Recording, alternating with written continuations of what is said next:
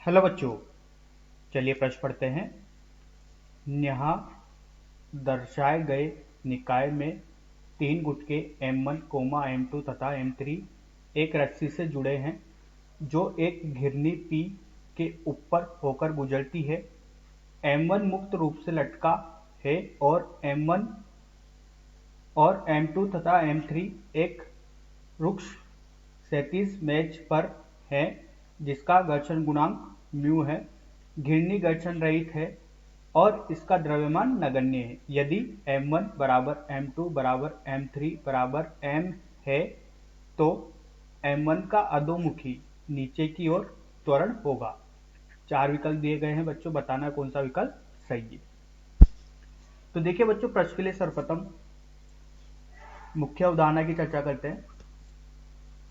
मुख्य अवधारणा, और बच्चों इस मुख्य अवधारणा में समझा जाएगा कि प्रश्न किस पर आधारित है। तो देखिए बच्चों, यहाँ से समझते हैं कि घर्षण क्या होता है। तो देखिए बच्चों, एक ये खुरदरी सतह है और इस पर एक गुटका रखा है जिसका द्रव्यमान m है। अब बच्चों इस गुटके को एक F बल लगाकर आगे की ओर खींचा जाता है।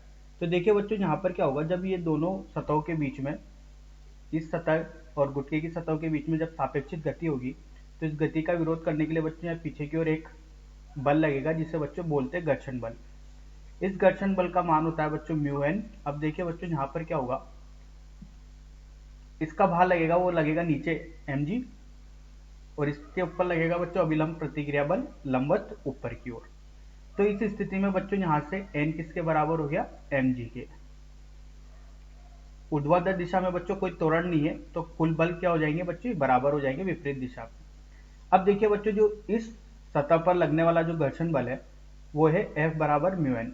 तो यहाँ से n का मान रखेंगे तो कितना हो जाएगा, म्यू mg। मतलब जैसे इसको F बल लगाकर, बाह्य बल F लगाकर इसको खींचा जाएगा तो इस पर पीछे की तरफ एक घर्षण बल कार्यरत होगा विपरीत दिशा में, दोनों सतहों के सापेक्षिक गति के विपरीत दिशा में, वो होता है F बराबर म्यू एन। अब देखिए बच्चों, अगर मान लीजिए किसी डोरी की बात की जाए, जैसे कि एक गुटका है जिसका द्रव्यमान m है और इससे एक डोरी बंधी हुई है किसी प्रकार से और इसको खींचा जाता है। कोई व्यक्ति बच्चों क्या करता है, इसको खींचता है, ठीक है। अब बच्चों, कोई व्यक्ति अगर इसको खींचता है तो क्या होगा बच्चों, इसमें एक तनाव बल उत्पन्न होगा, डोरी तनित होगी और इसमें एक तनाव बल उत्पन्न होगा और इस तनाव बल की वजह से बच्चों इसमें क्या आएगा, त्वरण आएगा। तो देखिए बच्चों, यहां पर बात करते हैं न्यूटन की गति के तृतीय नियम की। तो बच्चों न्यूटन की गति के तृतीय नियम में क्या होता है, देखिए तृतीय नियम बताता है कि किसी पिंड पर लगने वाला कुल बल जो होता है ये बराबर होता है द्रव्यमान गुणे त्वरण के।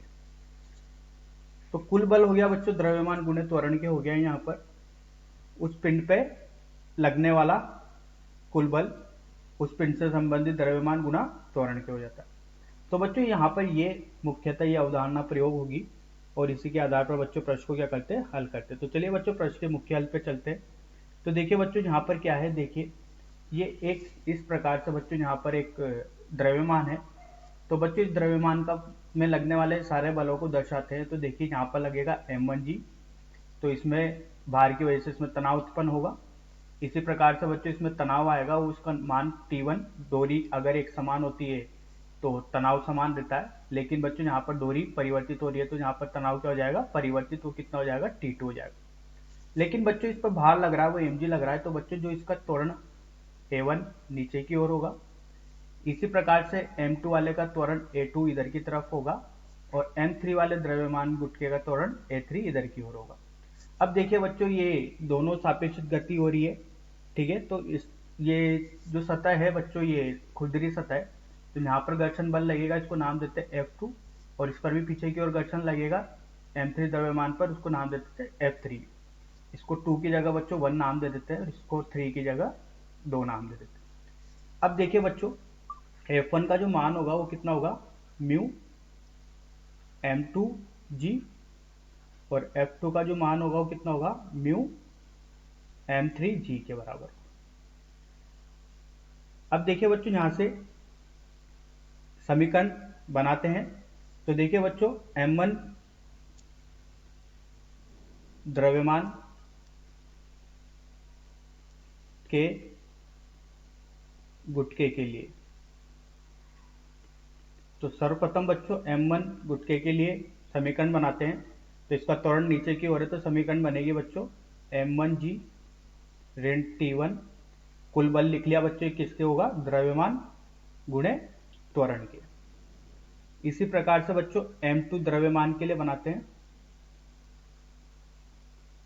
M2 द्रव्यमान के गुटके के लिए।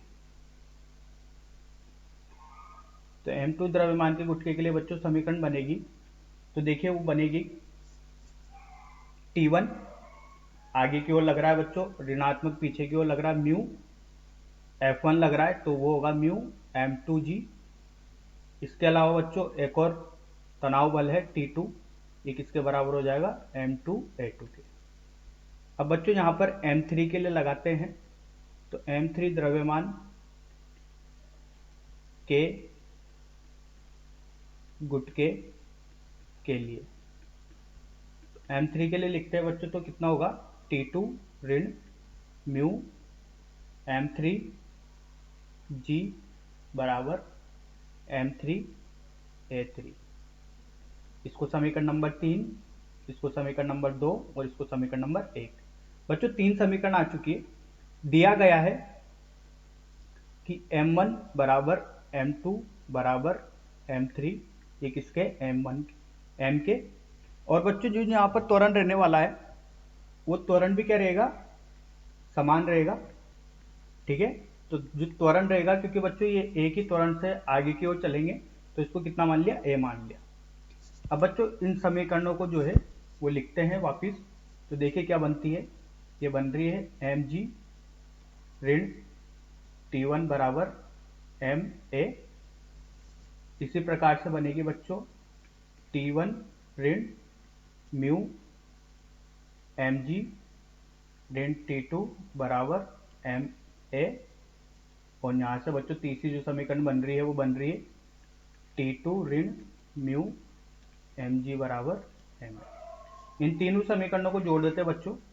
तो देखिए ये इससे ये कट गया, तनाव बल से तनाव बल कट गए, mg ऋण 2 म्यू mg बराबर 3 ma। तो ये आ चुका है बच्चों, जब तीनों समीकरणों को यहाँ से हल किया है। अब देखिए द्रव्यमान से द्रव्यमान भी कट गया है, तो यहाँ से देखिए बच्चों क्या मिलता है, A बराबर G, द्रव्यमान से द्रव्यमान कट गया है, तो 1 माइनस 2 म्यू G उबेनिस ले लिया है बटे 3। ये द्रव्यमान से द्रव्यमान कट गया बच्चों, और A का मान निकालना था जो कि तीनों के लिए समान है, तो उसका मान आया G कोष्टक में 1 ऋण 2 म्यू बटे 3। तो आइए बच्चों सही विकल्प का चयन करते हैं, G 1 माइनस 2 म्यू बटे 3। तो बच्चों यहाँ से तीसरा विकल्प सही है। आशा करता हूँ आपको यह समझ में आया होगा। धन्यवाद।